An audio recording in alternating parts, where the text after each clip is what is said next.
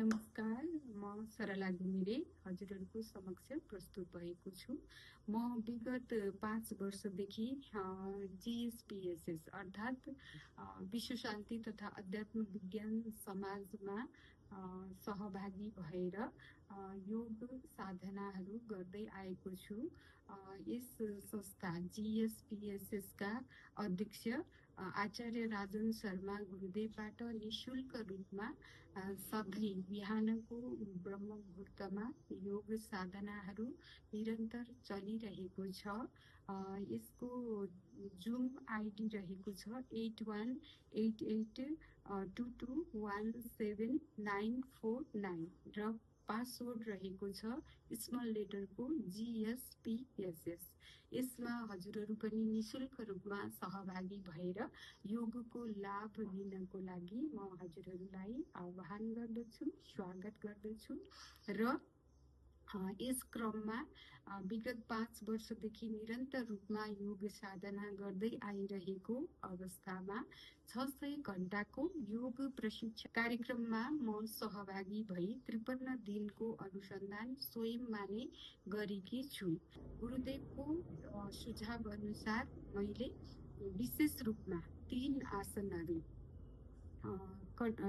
उदराकर्षण, पवनमुक्तासन र मण्डुकासन गरी 53 डेजसम्म गरी। त्यसपछि मैले हरेक 15 दिनमा एकादशीको उपवास गरी। उपवासमा मैले फलाहार मात्र गरेर उपवास गरी र उपवास गर्नुभन्दा एक दिन अगाडि पनि हल्का खाना खाएँ।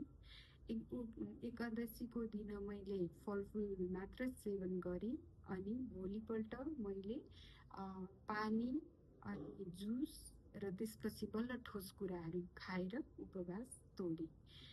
र सात्विक आहारहरू एकदमै सिम्पल, हाम्रो नेपाली खाना दाल, भात, तरकारी, अचार, ठिक्क अमिलो, पिरो र नुन एकदमै ठिक्क मात्रामा राखेर अलिकति 2 गाँस खाउँ हुँदाहुँदै खान छोड्ने, त्यस्तो गरेर मैले चाहिँ उपवासहरू गरेँ र बेलुकाको खाना दुध र रोटी मात्र खाने, बिहान भुजा खाने, दिउँसो हल्का नास्ता गर्ने, त्यसरी मैले सम्पन्न गरेँ र मेरो पाचन शक्तिमा एकदमै सुधार आयो। मलाई एकदमै आनन्द आयो। त्यसैले मैले हजुरहरू समक्ष यो सेयर गर्न लागेको हुँ। अब म हजुरहरूलाई आसन गरेर देखाउँछु। आसनमा उदराकर्षण अनि त्यसपछि मण्डुकासन र पवनमुक्तासनलाई विशेष जोड दिएर गरेको हो। र त्यसपछि प्राणायाममा मुखधोती, भ्रामरी र काकी यतिलाई मैले कन्टिन्यू गरेँ। त्यसपछि मुद्रामा चाहिँ मैले खाना खाएपछि लगत्तै वज्रासनमा बसेर सूर्य मुद्रा लगाएँ र ध्यानमा विज्ञान भैरव तन्त्रको ध्यानमा मैले वायु मुद्रा लगाएँ। यसरी चाहिँ मैले सम्पन्न गरेँ र अब म हजुरहरूलाई आसन गरेर देखाउन गइरहेको छु। सर्वप्रथम हामी समस्थितिमा रहन्छौँ र अब हामी उदराकर्षणको लागि मलासनमा रहन्छौँ र दायाँ घुँडाको औँलासँग लेफ्ट घुँडा बायाँ घुँडालाई लगेर राख्नेछौँ। बायाँ हात स्ट्रेट हुन्छ, दायाँ हात चाहिँ खुम्चिन्छ र हामी दायाँतर्फ जति सक्दो पछाडितिर श्वास छोड्दै जानेछौँ र एकैछिन अडिएर रहनेछौँ। 1 2 3 4 5 7। अब श्वास बढ्दै फेरि अगाडि आउँ र फेरि एकचोटि अपोजिटतिर दोहोऱ्याउँ। राइट घुँडा र लेफ्ट लेग टच मात्र गर्ने, थिचेर नराख्ने।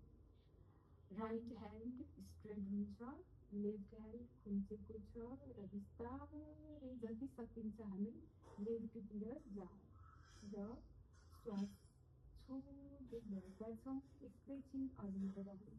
1 2 3 4 5। अब श्वास बढ्दै फेरि अगाडि आउँ। अब यसपछि म मण्डुकासन गरेर देखाउँछु हजुरहरूलाई। मण्डुकासनमा रहने वज्रासनमा रहनेछौँ। बुढी औँलालाई भित्र राखेर मुठी पारेर स्वादिष्टान चक्रमा दबाव परिगरेर राख्छौँ र एक्सहेल गर्दै गर्दै श्वास छोड्दै तल पुलुक्क माथि हिँडौँ र एकैछिन होल्डमा बस्नेछौँ।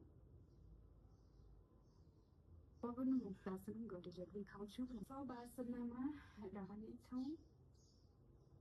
त्यसपछि दुवै बुढालाई फोल्ड गर्नेछौँ। हातलाई लक गरेर च्याप्प पक्रिदिनेछौँ बुढालाई अनि बुढालाई ढोक्ने प्रयास गर्नेछौँ। श्वास प्रश्वास छिटो छिटो गर्नेछौँ। एकम, द्वय, त्रि, चत्वारी, पञ्च, बिस्तारै पहिला टाउकोलाई तल राख्नेछौँ। बुढालाई स्ट्रेट, हातलाई माथि, एकदमै शवासनमा। अब हजुरहरूलाई म मुख धोती गरेर देखाउँदैछु। नाकबाट श्वास लिने र मुखबाट श्वासलाई बाहिर फ्याल्ने।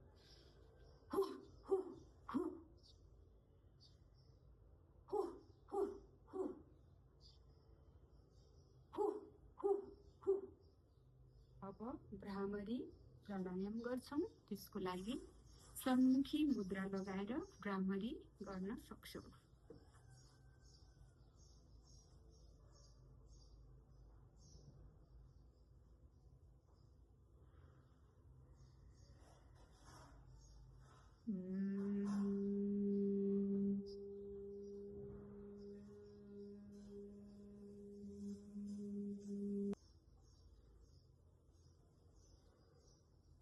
अब हामी काकी प्राणायाम गर्न गइराखेका छौँ। यसले एकदमै शरीरमा शीतलता प्रदान गर्दछ।